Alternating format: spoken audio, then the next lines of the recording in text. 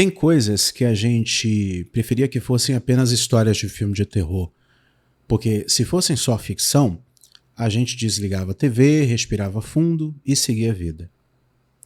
Mas o que você vai ouvir falar agora não é roteiro de cinema, não é teoria da conspiração, não é exagero. É relato de gente de carne e osso, com nome, rosto e família, que viveu na pele o que o regime comunista é capaz de fazer quando decide que um grupo de pessoas precisa ser apagado da sociedade.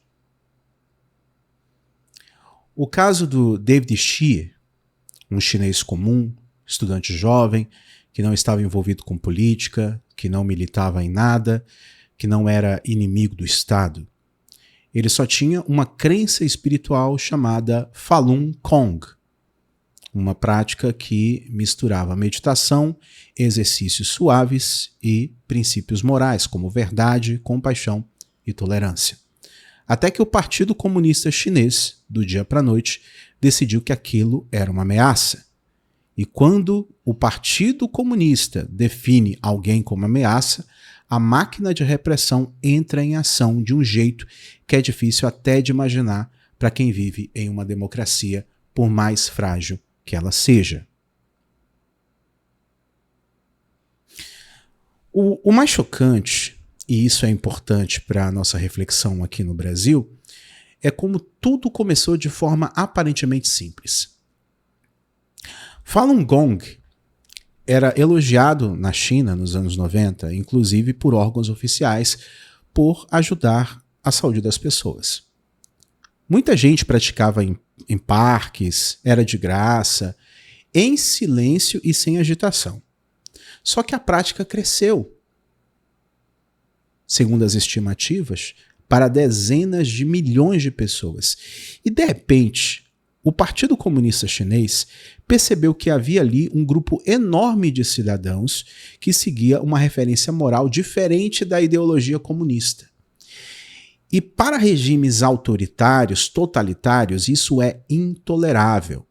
Qualquer lealdade que não seja ao partido é visto como ameaça.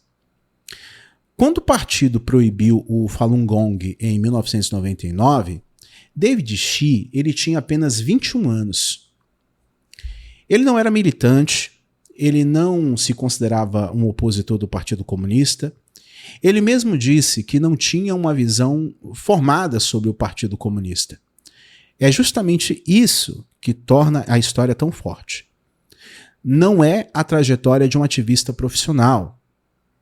Não é a trajetória de um comentarista político, de um crítico ao regime chinês. É de um cidadão comum que acreditou que, se houvesse um erro do governo, bastaria ir lá e explicar e tudo se resolveria.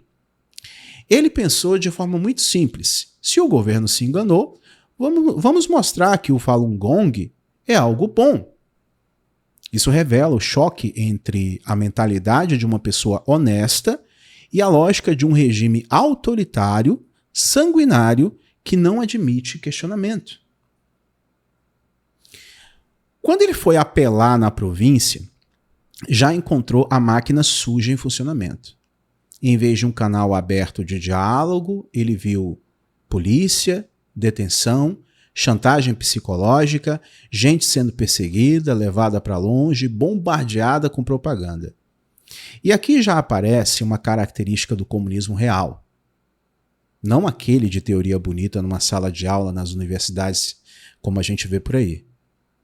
Mas aquele comunismo que governa com mão de ferro, o controle da narrativa. O partido precisa se transformar em o Deus das pessoas. E quem questiona alguma coisa ou faz alguma coisa que ele não gosta, transforma pessoas pacíficas em inimigos do povo para justificar o que faz. E a propaganda entra como um martelo constante, repetindo as mesmas acusações até parecer verdade para quem não tem acesso a outra informação. Depois de ser liberado da província, ele ainda acreditava, de forma quase ingênua, que no nível mais alto, em Pequim, estava alguém que corrigisse a injustiça, que poderia deixá-lo praticar a sua religião, filosofia de vida. Na teoria, o sistema chinês ele permite apelos ao governo central. Na prática, esse canal vira armadilha para identificar e neutralizar qualquer um que ouse questionar uma decisão politicamente sensível. Quando ele decidiu ir à capital, foi seguido, observado e, sem saber, passou a ser tratado como alvo. Isso é típico de regime autoritário. O Estado não serve ao cidadão. O cidadão é que é vigiado pelo Estado. E quem se destaca, mesmo de forma pacífica, passa a ser monitorado como se fosse um criminoso perigoso. Ele chegou em Pequim sem conhecer ninguém, sem dinheiro, dormindo em construção, usando folha de jornal como cama, enfrentando frio. Esse detalhe parece simples, mas mostra a disposição de alguém que realmente acreditava que estava lutando por algo justo, sem segundas intenções. Só que no sistema comunista, a boa-fé do indivíduo não tem qualquer importância. O que vale é a conveniência do Partido Comunista. E o partido já tinha decidido que Falun Gong não poderia existir, mesmo que fosse uma religião, uma prática filosófica pacífica. A partir daí, a história muda de tom. Em vez de apoio, entra a clandestinidade. Como a perseguição estava cada vez mais agressiva, praticamente começaram a tentar furar a censura, imprimir materiais, distribuir informação, contar o que estava acontecendo. É quase um relato clássico de regimes autoritários. O Estado controla a TV, jornais, rádio, internet e qualquer tentativa de mostrar o outro lado, um outro ponto de vista, o contraponto, vira crime. David, que tinha habilidade com o computador, acabou participando desse esforço de comunicação, instalando uma pequena estrutura para baixar e imprimir conteúdos que denunciavam a perseguição. Esse tipo de atividade mostra um ponto que a esquerda, principalmente a esquerda alinhada ao modelo chinês, raramente admite. Quando o Estado domina os meios de comunicação e a informação fica concentrada nas mãos de um grupo, a verdade passa a ser tratada como subversão. Você não precisa pegar em arma, não precisa depredar nada, não precisa chamar ninguém para a revolta. Basta tentar dizer, olha, a situação não é bem essa que a TV oficial está falando. E isso, em um regime autoritário, já é visto como um ataque grave à democracia. Um dia, em 2001, ele estava andando em uma rua movimentada de Pequim quando foi cercado por homens à paisana. Eles não se identificaram, não explicaram, simplesmente o derrubaram, algemaram, colocaram um saco na sua cabeça. Isso não é uma cena isolada. Há muitos relatos semelhantes na China de pessoas ligadas a grupos religiosos independentes, ativistas de direitos humanos, minorias étnicas sendo levadas assim, sem ordem judicial, sem transparência, sem defesa. É o famoso desaparecimento forçado, algo que em um Estado de direito seria considerado sequestro. Mas, em um regime de partido único, vira ferramenta normal de controle social. A partir do momento em que ele foi levado, entra em cena a parte mais sombria. Tortura, uma tortura sistêmica, planejada, com métodos pensados para não deixar marcas imediatas e para quebrar a identidade da pessoa. O objetivo não era investigar um crime real. Não era proteger a população. Era uma tentativa de destruir a fé do indivíduo e transformá-lo em exemplo para intimidar os outros. O próprio termo que o regime usa, transformar, já carrega esse tom de engenharia psicológica. O Estado se acha no direito de programar a mente da pessoa como se ela fosse um objeto. Um dos momentos mais impactantes da história é quando ele descreve que passou no chamado leito da morte. Não é uma metáfora. É uma cama onde o preso é amarrado, mãos presas acima da cabeça, pés imobilizados, luz forte ligada 24 horas, sem poder mudar de posição. Não é uma sessão curta de castigo. Ele ficou mais de 7 meses assim.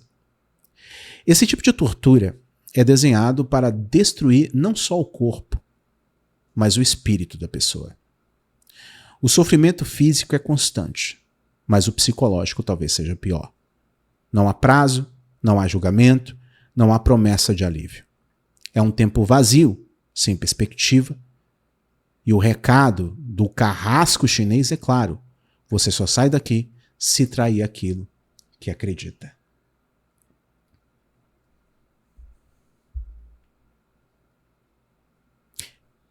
Pessoas que defendem liberdade religiosa, que falam tanto em tolerância religiosa, nunca comentarão esse tipo de coisa aqui no Brasil.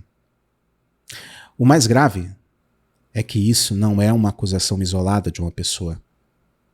Organizações como a Freedom House, entidades ligadas à defesa de direitos humanos, e até relatos de ex-prisioneiros de diferentes regiões da China apontam para a existência de centros de educação legal que não tem nada a ver com programas de educação. São locais de doutrinação forçada e tortura, criados especificamente para quebrar praticantes do Falun Gong e outros alvos políticos. Não é uma falha do sistema, é um sistema em funcionamento. Quando as autoridades perceberam que a fome voluntária dele não ia fazê-lo ceder, usaram o pretexto de cuidar da saúde para intensificar o sofrimento com a alimentação forçada. Mas, segundo muitos relatos, esse procedimento é feito de forma extremamente agressiva. Vou colocar a imagem dele para que vocês possam imaginar o sofrimento. Uma sonda é enfiada pelo nariz até o estômago, muitas vezes sem qualquer cuidado. Em vários casos, a sonda entra no pulmão, o que pode matar. Não é um ato médico, é uma forma de castigo mascarado. Eles não permitem que o preso morra rapidamente, não por piedade, mas porque desejam prolongar o controle sobre o corpo e a mente dele. Além da tortura física, há todo o arsenal de manipulação emocional. Os guardas espalham boatos de que outros praticantes já se renderam, que agora ajudam o governo, que aceitam a versão oficial. A intenção é fazer a pessoa se sentir isolada, traída, derrotada. É um tipo de pressão que mexe com a identidade. Se até aqueles que você admirava cederam, quem é você para resistir? Mesmo quando essas histórias são fabricadas, o efeito psicológico pode ser devastador. A tal ameaça de mandar para o Nordeste também se conecta com algo ainda mais pesado. As denúncias de extração forçada de órgãos de prisioneiros de consciência, que são feitas na China. Durante anos, investigadores independentes, advogados médicos denunciaram que prisioneiros do Falun Gong e outros grupos detidos arbitrariamente pelo Partido Comunista Chinês podem ter sido usados como fonte involuntária de órgãos para transplantes. Um tribunal independente em Londres concluiu que essa prática ocorreu em escala significativa na China. É um tema extremamente grave e, embora o regime chinês negue, há indícios suficientes para muitos especialistas considerarem que isso não pode ser simplesmente descartado. Isso é crime contra a humanidade. É muito interessante nós observarmos que, para o Partido Comunista Chinês, a religião ou a espiritualidade não são problema enquanto são totalmente controladas, registradas, autorizadas, supervisionadas pelo Estado. O que incomoda é quando existe uma crença que não se curva à ideologia oficial, que não aceita ser manipulada. O Falun Gong não fazia campanha política, não pedia voto, não pregava a revolução, mas propunha valores que colocavam a consciência individual acima da vontade do partido. Isso, em um sistema comunista, é visto como intolerável. A esquerda, que admira tanto a China, muitas vezes ignora esse tipo de dado, ou relativiza, ou diz que é o exagero ocidental, mas o volume de testemunhos de sobreviventes torna cada vez mais difícil simplesmente negar tudo. O caso do leito da morte chama atenção também porque existe por trás uma outra razão muito sinistra. A ideia de que o Estado pode manter alguém por meses sem julgamento, sem advogado, sem direito de defesa, numa espécie de limbo legal. Isso é o oposto do princípio básico do Estado de Direito, em que nenhuma autoridade pode prender alguém indefinidamente sem base clara e sem que um juiz independente acompanhe o caso. Em regimes de partido único, o juiz não é realmente independente. E muitas prisões nem chegam a passar pelo sistema judicial formal. São decisões administrativas políticas, tomadas por órgãos do partido para defender a democracia. Isso é exatamente o tipo de prática que, quando se discute aqui no Brasil, a gente precisa ter cuidado para não banalizar frases como tem que prender mesmo.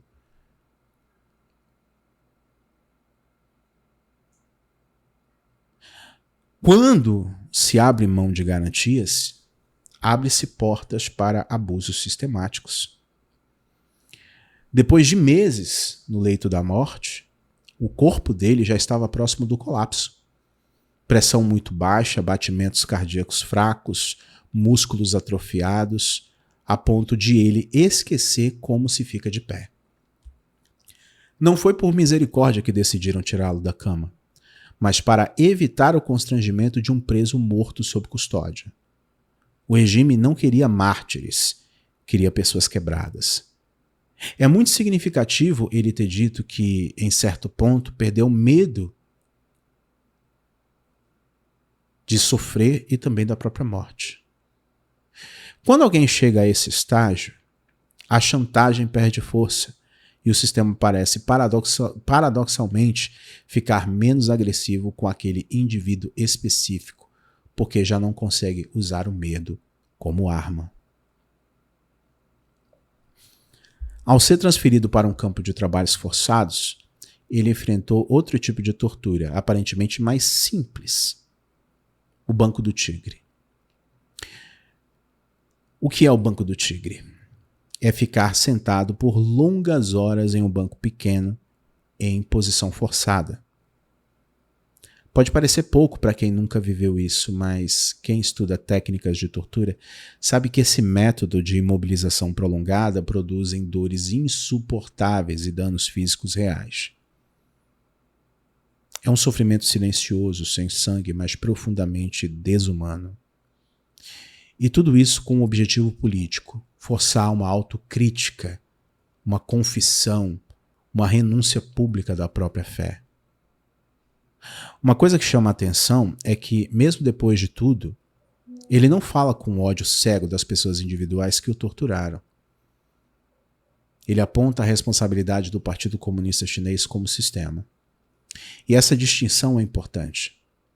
Em regimes totalitários, muitos agentes acabam se tornando engrenagens de uma máquina maior, repetindo ordens, internalizando a ideologia, perdendo a noção moral. Isso não diminui a gravidade do que fizeram, mas mostra o poder de uma cultura política que legitima a crueldade em nome de uma suposta causa coletiva. Quando ele finalmente conseguiu sair da China e se estabeleceu nos Estados Unidos, a sensação de poder meditar em um parque sem medo, sem poder marchar na rua com outros praticantes sem ser perseguido, foi descrita por ele como uma descoberta concreta do significado da palavra liberdade.